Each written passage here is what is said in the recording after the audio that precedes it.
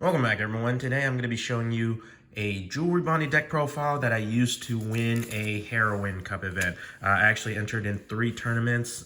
My very first one, I got 2nd place.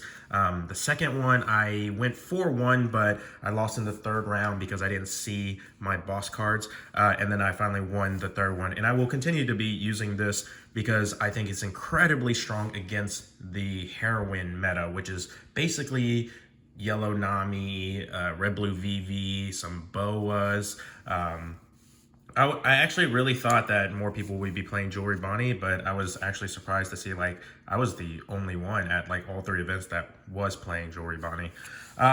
So of course it is still the Supernova package, a very stally deck. So we'll just get into the very we'll just dive right into it. So of course we got 4 Jewelry BONNEY searchers. It's very nice to put out as a bait target to, hit your opponent. This is a going 1st or 2nd deck. So it's mainly to steal whatever your opponent wants. And I know people are still like on Nami as like, oh, hey, I want to take 2nd. But honestly, it looks like Nami really should be going 1st so that they could drop the 5 and then drop the 7 for Robin. So against like the Nami matchup, I actually do want to steal 1st from them, and then when I do go 1st, I'll just drop this Jewelry BONNEY out, because they'll also play pudding and stuff, so I want to keep my hand low while going ahead and setting up my board. So next we have 4 Kid Killer, of course, another great searcher.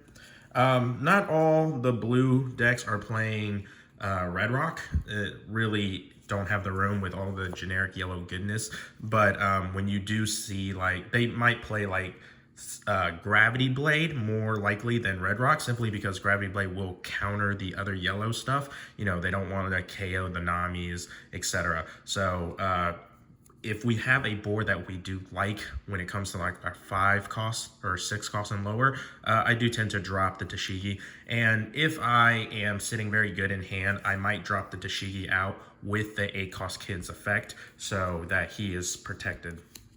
But that's usually after my board is already set up. Of course, another card that makes it really nice to go 1st is I could drop this, still swing, and then when my opponent swings back, I still get my Dawn up. And basically this out leaves me with a extra Dawn to use every single turn. And then when I drop like my 8 cost Kid, I can actually play this off of its effect because it's small enough.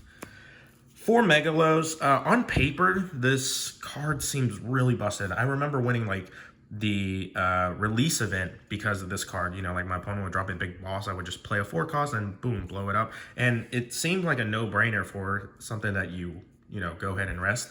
But this actually has not come up, at least not in the Heroine event, simply because there's too many things with on KO effects. I really was thinking that, hey, I would see a bunch of mirror matches, and if I see the mirror match, I have the Megalo to pop whatever the heck I want.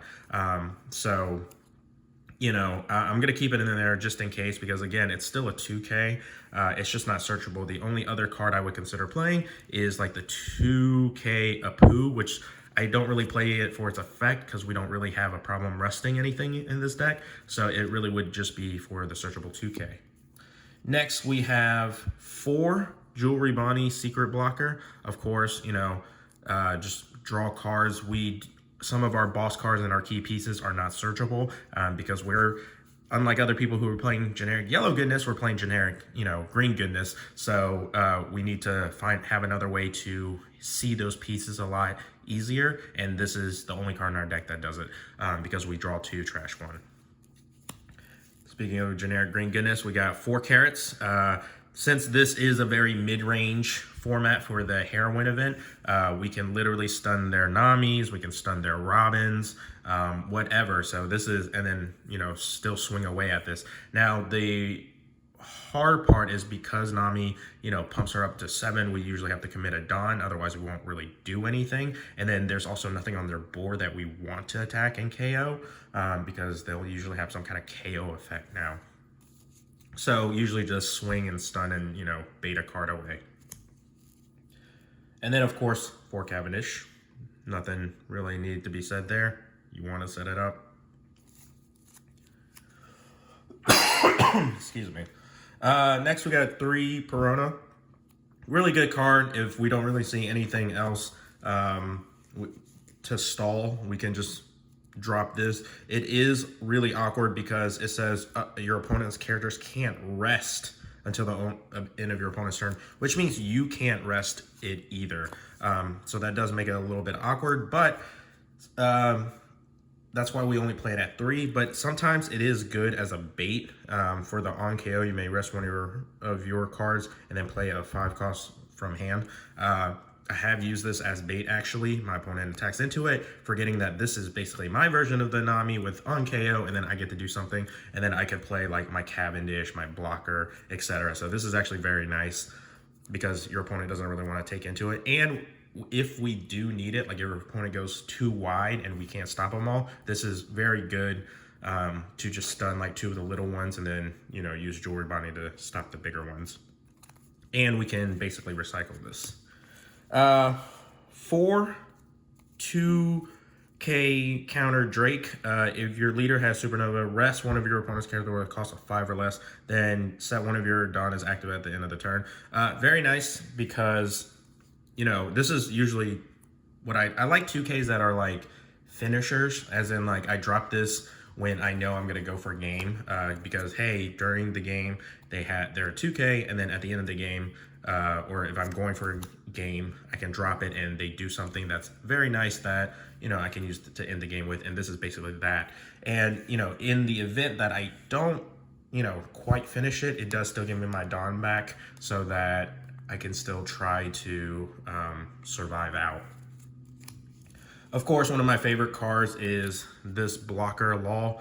It's only a blocker if you're at 1 life, so play it right. If you take yourself down to 1, this is very nice. There are some times where I mess up and I counter too early and I leave myself at 2 before I set up my 8 cost kid, which then this doesn't do anything because, hey, I try to set up blockers, but it's not a blocker yet. But it is very nice to bounce whatever and then play a 5 from your hand rested. And remember, your 5s have all kinds of on-play effects, etc. So this is very nice for that. So I can use it to like bounce my searchers, bounce, you know, Bonnie, Kid Killer, stuff like that, and then play basically anything. I could play, you know, Jewelry Bonnie to draw 2 trash 1. It won't come out as a blocker because it'll be rested. And I could play Carrot, but a lot of the times I use it to, you know, bounce one of these, play a Cavendish or a Perona to double stun. I have done where my Perona's already out and then I bounce it back to hand, drop it back out, and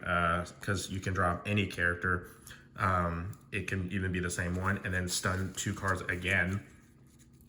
Then, of course, my stall card, and you know, what yellow can't really break over is this kid.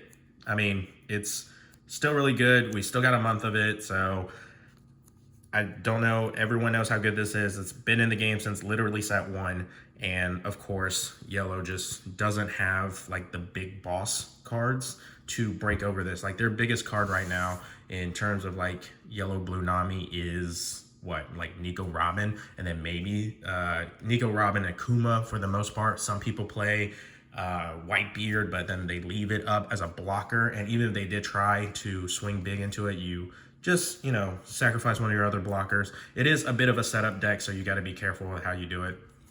And then, of course, finally, we got our 4 10-cost Doflamingos, which has also basically been good since its inception. I mean, obviously, it fell out for a while, but 10-cost Dofi does work the best with Jewelry Bonnie. Don't have to worry about using up all your Dawn, simply because, hey, if we set up Jewelry Bonnie blocker here, we get our Dawn back. If we set up Cavendish first, we also get Dawn back. So we will actually be fine and still have Jewelry Bonnie's effect. Yeah, I really think this is the way to go, simply because I did not want to do a bunch of mirror matches. You know, Nami into Nami, Boa into Nami. Actually, Boa into Nami is kind of rough. So yeah, let me know what you guys think, what you guys are playing, and I'll see you guys next time.